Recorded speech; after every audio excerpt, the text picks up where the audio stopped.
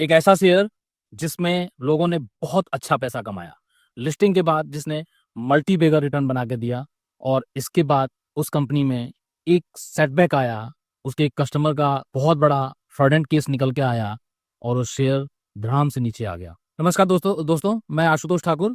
आप सबका स्वागत करता हूं अपने चैनल इट्स आशुतोष ठाकुर पे।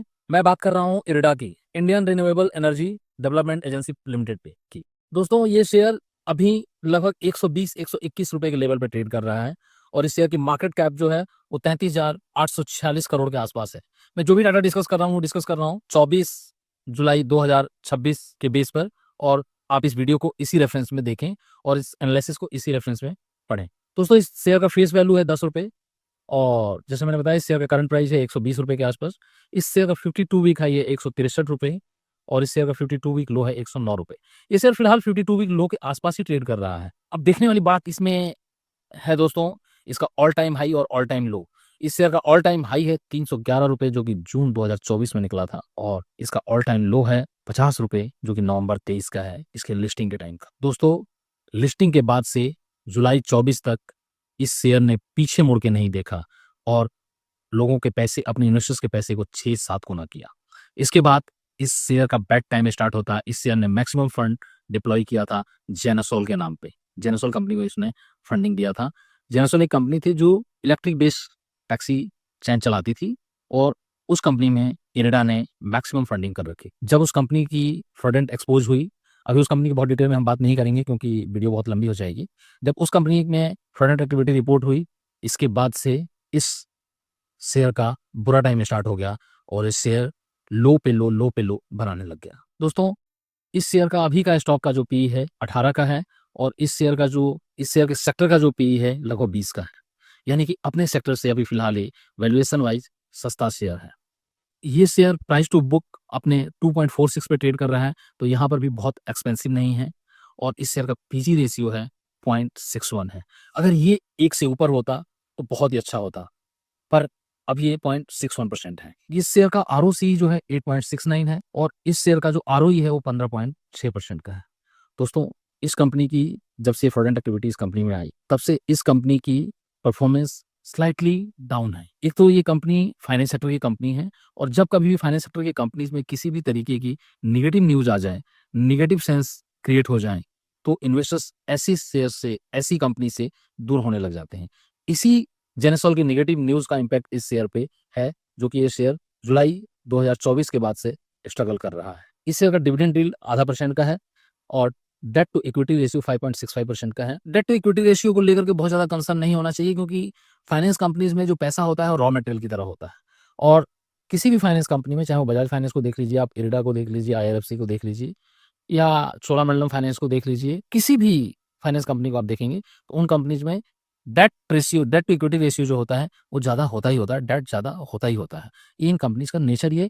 तो इस कंपनी का डेट को लेकर के बहुत ज़्यादा कंसर्न्स इन्वेस्टर्स के माइंड में नहीं होना चाहिए। अब बात करते हैं कि इस शेयर की सेल्स ग्रोथ और प्रॉफिट ग्रोथ कैसी है। जो आरओसी और आरओई का परफॉर्मेंस आपने देखा वो उतना बढ़िया नहीं है, पर जब हम इस कंपनी की सेल्स ग्रोथ की बात करते हैं तो करंट फाइनेंशियल ईयर की सेल्स ग्रोथ जो है 23% पर एनम की है, जो कि उम्मीद से बहुत अच्छी है, और इन्वेस्टर्स का भरोसा जगाने के लिए बहुत हद तक सक्षम है। जो प्रॉफिट ग्रोथ है इस कंपनी का वो लगभग 10.5% के आसपास की है। प्रोमोटर होल्डिंग, अब इस कंपनी की जो होल्डिंग पैटर्न देख लेते हैं कि कंपनी में इन्वेस्टर्स किस तरीके से अलाइन है और किस तरीके से प्लेस्ड है। इससे शेयर का एक्चुअल आइडिया लगता है कि शेयर में हमें करना क्या चाहिए। इस शेयर की जो प्रमोटर है वो गवर्नमेंट ऑफ इंडिया है, तो इसका जो प्रमोटर होल्डिंग है वो 71.76% है। यानी कि इस कंपनी में कोई ओएफएस या और प्रमोटर सेलिंग का खतरा ना के बराबर माना जाएगा। एफआईआई होल्डिंग जो है 2.48% की है, और डीआईआई होल्डिंग 2.39 की। इस कंपनी में जो सेकंड लार्जेस्ट शेयर होल्डर्स हैं वो रिटेलर्स हैं 20.64%। देखिए, कोई भी बकता हुआ शेयर हो, या कोई भी हाई वैल्यूएशन का शेयर हो, या कोई भी ऐसा शेयर जिसमें बहुत ज्यादा ग्रोथ हो रही हो, उसमें रिटेल ट्रैप हो ही जाता है। उसमें, क्योंकि रिटेल कभी भी ना पेशेंटली बैठना नहीं चाहता है। कभी रिटेल उस शेयर को पकड़ना नहीं चाहता है जो शेयर अपने बेस पे है या कंसोलिडेट कर रहा है। रिटेलर हमेशा उस शेयर में घुसना चाहता है जो शेयर ऑलरेडी बहुत तेजी से आगे बढ़ रहा है।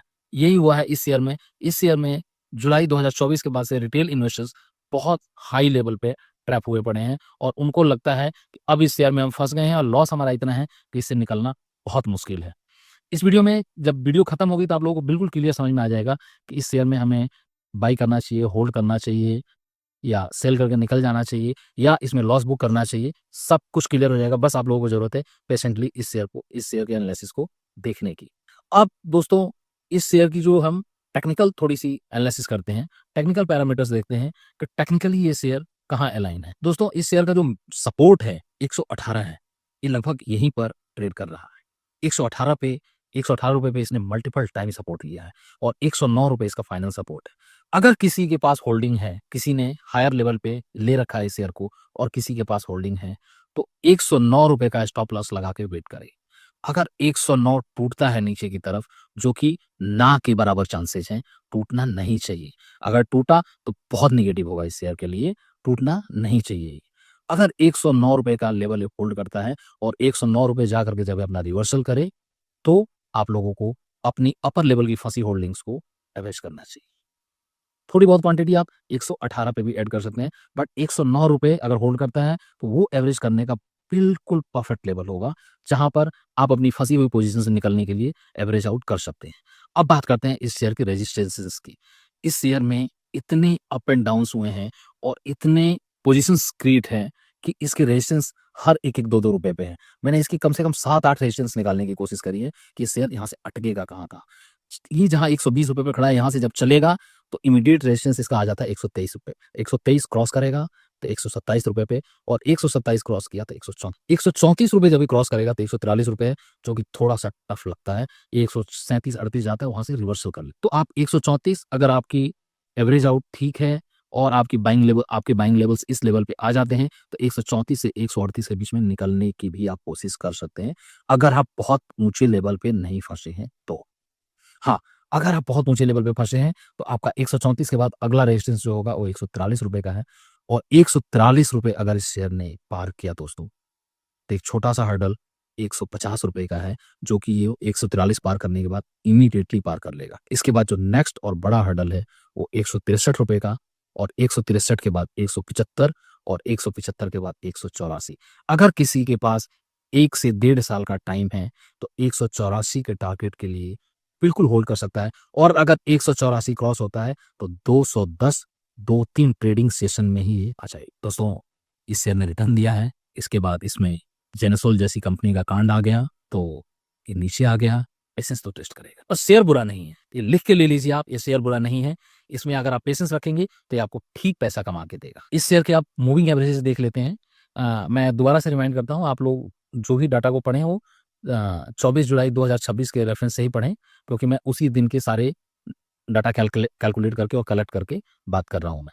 इस शेयर का 20 डेमा जो है 122.86 और हर्डल 123 का है, यही रेजिस्टेंस है इसका। 50 डेमा जो है 124.76, इसके बाद रेजिस्टेंस आ जाता है इसका ₹127 का। 100 डेमा ₹126.83 पे, ये एग्जैक्ट हर्डल है जो 127 वाला है। इसके बाद 200 डेमा ₹134। मार्क माय वर्ड फ्रेंड्स, अगर ये 134 क्लोजिंग बेसिस पे क्लोज करता है और 138 के ऊपर बंद होने में कामयाब हो जाता है, this share will do miracle. Literally this share will do miracle. 170-72 के टारगेट तो इसके ऐसे आ जाएंगे कि आप उम्मीद भी नहीं कर सकते। इस शेयर का आरएसआई जो है 41.11 है, जो कि मॉडरेट है, ना ओवरसोल्ड है, ना ही ओवरबॉट है। अब दोस्तों इस शेयर के कुछ पॉजिटिव और कुछ नेगेटिव पॉइंट्स हम डिस्कस कर लेते हैं। इस शेयर का जो सबसे पॉजिटिव पॉइंट है वो ये है कि कंपनी अच्छी ग्रोथ डिलीवर कर रही है, कंपनी अच्छी प्रॉफिटेबिलिटी डिलीवर कर रही है और अगर एनुअलाइज्ड सीएजीआर देखें इसके पिछले 5 साल का, तो लगभग 36 टू 40% के सीएजीआर से ग्रो कर रही है, जो कि एक अच्छी कंपनी की पहचान है। इस कंपनी में कोई ऐसा फ़ियर फैक्टर नहीं है, जिससे कि आप डरें और आपको लगे कि आपकी कैपिटल डूब जाए। अब इसके नेगेटिव पॉइंट्स भी देख लेते हैं, क्योंकि अगर ये शेयर इतना गिर रहा है, इतना नेगेटिव है, तो ऑफ कोर्स नेगेटिव पॉइंट तो होंगे ही होंगे। सबसे बड़ा नेगेटिव पॉइंट जेनेसोल का इश्यू। अब जेनेसोल का इश्यू क्या है, वो थोड़ा-सा मैं आप लोगों को बता देता हूँ। जेनेसोल एक कंपनी थी जो ग्रीन सेक्टर की टैक्सी चलाती थी, यानी कि ई-टैक्सी चलाती थी। उस कंपनी को इसने फंडिंग दे रखी थी। वो उस कंपनी के प्रमोटर्स जो हैं फ्रॉडेंट निकले, उस कंपनी में फ्रॉड रिपोर्ट हो गई। उसमें महेंद्र सिंह धोनी के भी काफ़ी पैसे बर्बाद हुए थे, उनकी इन्वेस्टमेंट काफ़ी डूब गई थी। वो उस कंपनी में ट्रेडिंग बंद हो गई। उसी का इम्पैक्ट इरडा के भी बुक्स पे आया, क्योंकि इरडा ने भी काफ़ी लार्ज क्वांटम में फंड कर रखा था उस कंपनी को, और वो कंपनी स्वाइप आउट हो गई, फिनिश हो गई, फ्रॉडेंट रिपोर्ट हो गई, उसमें गवर्नेंस इशू होता। अब बात करते हैं कि और नेगेटिव पॉइंट्स क्या हैं। इस कंपनी का दूसरा नेगेटिव पॉइंट है कि इसका जो इंटरेस्ट कवरेज है वो बहुत ही लो है। ये जो अर्निंग करती है और जो इसके पास लोन है, उस लोन पे जो इंटरेस्ट पे आउट होता है, उसकी पूरी कवरेज इसकी अर्निंग से नहीं हो पाती। इसके बाद ये कंपनी अपने इंटरेस्ट को कैपिटलाइज़ भी कर रही है। जैसा मैंने आपको बताया कि इंटरेस्ट कवरेज पूरी नहीं है, तो this company is capitalising it's interest costs. ये मान के चल रही है कि ये मेरा एक्सपेंडिचर है, और मैं इसको अभी कैपिटलाइज एक्सपेंडिचर कंसिडर करके नहीं चल रही है, इसको इंटरेस्ट को कैपिटलाइज कर रही है फॉर द ग्रोथ पर्पस। और सबसे अंतिम जो इसमें नेगेटिव है, एक क्यूआईपी का टेंशन है। जो कैपिटल डैमेज इसके अंदर जेनेसोल की वजह से हुआ, उसके बाद से ये कंपनी, जैसा मैंने बताया, इंटरेस्ट कवरेज भी पूरा नहीं आ पा रहा है और इसको मजबूरी में इंटरेस्ट कैपिटलाइज करना पड़ रहा है। तो इस कंपनी को फंड रेज की बहुत ज़रूरत है, और ये कंपनी ऐसी अटकलें लगाई जा रही हैं कि कंपनी बहुत जल्दी फंड रेज करेगी। जब भी ये फंड रेज करेगी तो क्यूआईपी के थ्रू करेगी, और इसको डिस्काउंट पे क्यूआईपी लेके आना पड़ेगा। ये जो खतरा है, ये इसको और ही नेगेटिव सेंटीमेंट की तरफ लेके जाता है। एक बार क्यूआईपी का खतरा टल जाएगा, क्यूआईपी आ जाएगा, सेटल हो जाएगा, ये पता लग जाएगा इन्वेस्टर्स को कि क्यूआईपी किस लेवल पे आ रहा है और किस तरीके का इन्वेस्टर्स इंटरेस्ट है इसके अंदर। इसके बाद से इस शेयर में अच्छी खासी ग्रोथ देखी जा सकती है। अब दोस्तों, इस शेयर की हम कुछ पीयर्स कंपैरिजन कर लेते हैं कि पीयर्स कंपैरिजन क्या है। दोस्तों, इस शेयर का जैसा मैंने बताया था कि पी जो है 18-19 के आसपास है, 18 पॉइंट समथिंग, और जो इसका आरओसीई है, वो, मैं अगर गलत नहीं हूँ तो इसका आरओसीई जो है 8.69% का है। अब इसके पीयर्स का कंपैरिजन हम इसी फंडामेंटल पे कर लेते हैं। जो पीएफसी है, इसी सेक्टर की फाइनेंस कंपनी है, पावर फाइनेंस कंपनी है, उसका पी जो है 5.25 है, और इसका जो आरओसीई है वो 9.71 है। यानी कि पीएफसी इससे बेटर परफॉर्म कर रही है। REC of course same segment की कंपनी है, इसका पी 5.93 और आरओसी 9.71 का है। आईआरएफसी पी है 16.34% और इसका आरओसी है 5.64%। दोस्तों, इसको अगर देखा जाए तो थोड़ा-सा स्लगिश परफॉर्म कर रही है ये अपने पीयर्स के हिसाब से। पर ओवरऑल देखा जाए तो इस पूरे सेगमेंट में ही अभी स्लगिशनेस है। पूरा सेगमेंट ही अंडर परफॉर्म कर रहा है। अब बात करते हैं कि हम कंक्लूजन की।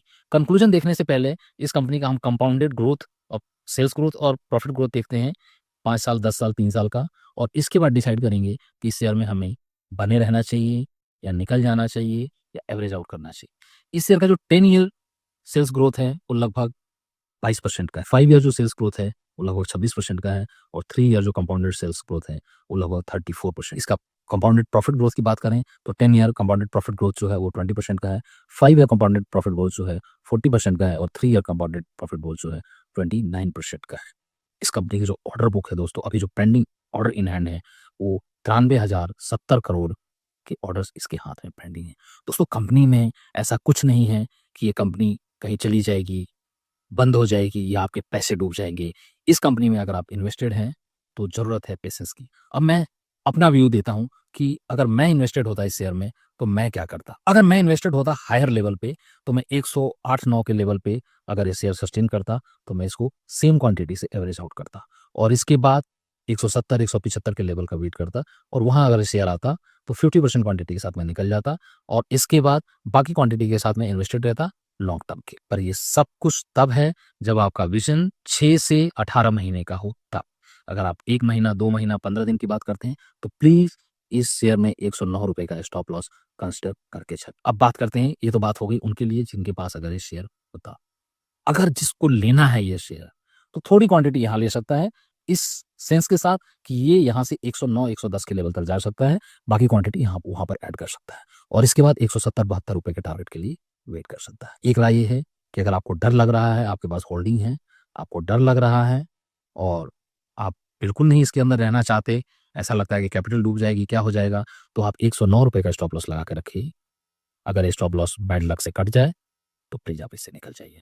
दोस्तों, ये सारी वीडियो मैंने सिर्फ़ और सिर्फ़ एजुकेशनल पर्पज़ के लिए बनाई है। इसको बिल्कुल भी बाय या सेल रिकमेंडेशन ना समझें आप। अगर आप इस वीडियो के बेस पे कोई भी बाय सेल डिसीज़न लेते हैं, तो प्लीज़ किसी इंडिपेंडेंट फाइनेंशियल एडवाइज़र से सलाह ज़रूर लें, और ये ध्यान रखें कि वो इंडिपेंडेंट एडवाइज़र सेबी रजिस्टर्ड सलाहकार ही हो। एक बात और दोस्तों, मैं खुद भी ट्रेडिंग करता हूँ, इसलिए ये शेयर मेरे पोर्टफ़ोलियो में अभी भी हो सकता है और आगे भविष्य में भी हो सकता है। तो इसलिए प्लीज़ जब भी कोई डिसीजन लें तो किसी ना किसी इंडिपेंडेंट एडवाइजर से सलाह ज़रूर लें और इस वीडियो को सिर्फ़ और सिर्फ़ एजुकेशनल पर्पज़ के लिए ही कंसिडर करें। दोस्तों, ये वीडियो बनाने में, ये डाटा इकट्ठा करने में बहुत मेहनत लगती है। अगर आप लोगों को डाटा अच्छा लगा हो, आप लोगों को वीडियो अच्छी लगी हो, तो प्लीज़ वीडियो को एक छोटा-सा लाइक करें, अपने ट्रेडर दोस्तों के साथ शेयर करें और अगर हो सके आप लोगों को मेरा कंटेंट पसंद आए, अच्छा लगे, तो प्लीज़ चैनल को सब्सक्राइब करें ताकि इसी तरीके के डिटेल एनालिसिस वीडियो समय-समय पर आप लोगों के पास पहुँच सके। और हाँ दोस्तों, अगर आप लोग किसी शेयर में फँसे हैं और आप लोगों को लगता है कि उस शेयर की डिटेल एनालिसिस चाहिए आपको, तो प्लीज़ कमेंट में उस शेयर का नाम बताएँ। मैं कोशिश करूँगा कि ज़रूर से ज़रूर उन सारे शेयर्स पे वीडियो लेके आऊँ, जिन शेयर्स में आप लोग फँसे हुए हैं। Thank you very much.